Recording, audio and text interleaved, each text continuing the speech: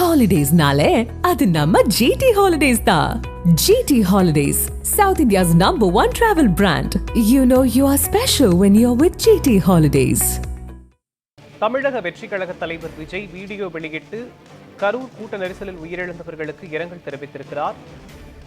இது தொடர்பான கருத்துக்களை பகிர்வதற்காக நம்முடன் மூத்த பத்திரிகையாளர் PS மணி இணைப்பில் இணைகிறார். சார் வணக்கம். தமிழக வெற்றி கழக தலைவர் விஜய் அவர்கள்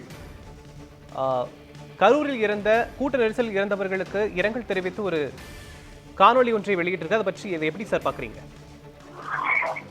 அதான் இரங்கல் தெரிவித்த காணொலியில விஜய் என்ன சொல்றாரு, பதிலே சொல்லலையே என்று கேட்டுக்கொண்டிருந்ததுக்கு ஒரு அதிகமான சோகமான ஒரு நிலையுடன் ஒரு காணொலி வெளியிட்டிருக்கிறாரு.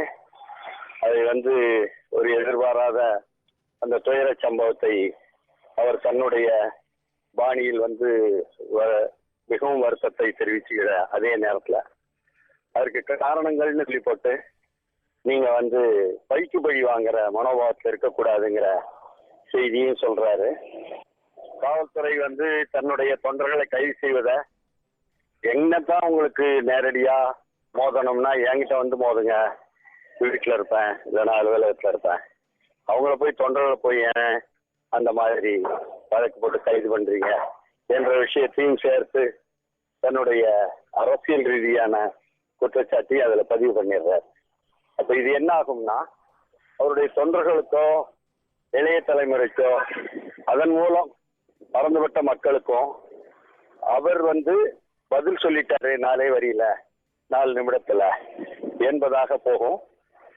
அதே போல அந்த இறந்த பலியான குடும்பங்களை சேர்ந்தவர்களுக்கு ஒரு பெரிய ஆறுதலா முதல் கட்டமாக நம்ம தலைவர் அல்லது விஜய் அண்ணா என்ன அப்படித்தானே அவங்க பார்ப்பாங்க. நாம பார்க்கலனாலும் அவங்க அப்படித்தான் பார்க்கிறாங்க, அப்படித்தான் வந்தாங்க, அதுலேயும் பலியானாங்க. அதனால இந்த துயர சம்பவத்தை அவர்களும் என்ன அவருடைய அந்த பதிவை கேட்ட கொஞ்சமாவது ஆறுதல் பெறுவார்கள் என்று நம்புறோம்.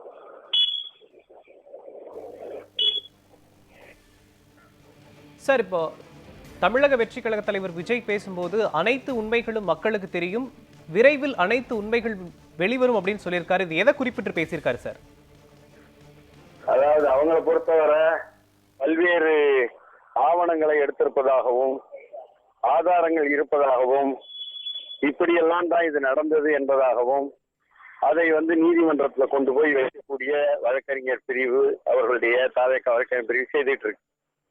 அதை மனதில் வைத்துத்தான் கடவுள் மாதிரி கரூர் மக்களுக்கு எல்லாமே தெரியும் அதனால என்று அந்த பரப்புரைகள் வரக்கூடிய ஒரு சூழல்ல அதற்கு எதிரான சுட்டிக்காட்டல் செய்திருக்கிறார்.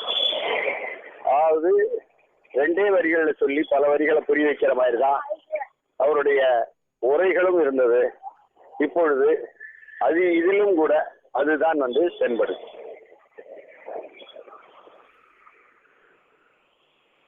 இப்போ தமிழக வெற்றி கழக தலைவர் வீடியோல பேசும்போது என்ன சொல்றாருன்னா, 5 மாவட்டங்கள்ல பரப்புரை செஞ்சோம், அங்கெல்லாம் எந்த ஒரு விஷயமும் ஏற்படல, கரூர்ல இப்படி ஒரு சம்பவம் நடந்திருக்குது அப்படிங்கறதை எப்படி சார் எடுத்துக்கிறது அவர் குறிப்பிடும் போது? இல்ல, அதை நம்ம பிரித்து தான் பார்க்கணும். 5 மாவட்டங்கள்ல நடக்கல, கரூர்ல நடந்தது 6வது மாவட்டம். அது ஒரு உண்மைதான், நடந்த நிலைமை உண்மைதான். அப்ப அதற்கு என்ன வித்தியாசம் என்று பார்த்தாகணும். அது பொதுமக்கள் பார்ப்பதை விட எதிர்கட்சிகள் பார்ப்பதை விட அதை ஆள்வோர் பார்க்க வேண்டிய ஒரு தருணம் இருக்கு. அதாவது அணுகுமுறை என்பது ஒரு எதிர்ப்பையோ அதிருப்தியின் குரலையோ எப்படி அணுகுவது என்பதுல வெவ்வேறு விதமான அணுகுமுறைகளை வெவ்வேறு மாவட்டங்களில் நடத்தப்பட்டிருக்கு. அப்போ அதுல என்ன வேறுபாடு என்பதையும் கூட புரிஞ்சு எது சரி எது தப்புன்னு புரிய வேண்டியதும் ஆழ்வோர் கரங்கள்ல ஒரு படிப்பினைகளாக பாடங்களாக இருப்பதற்கு உதவும். இணைப்பில் தங்களுடைய கருத்துக்களை பதிவு செய்தமைக்கு நன்றி சார்.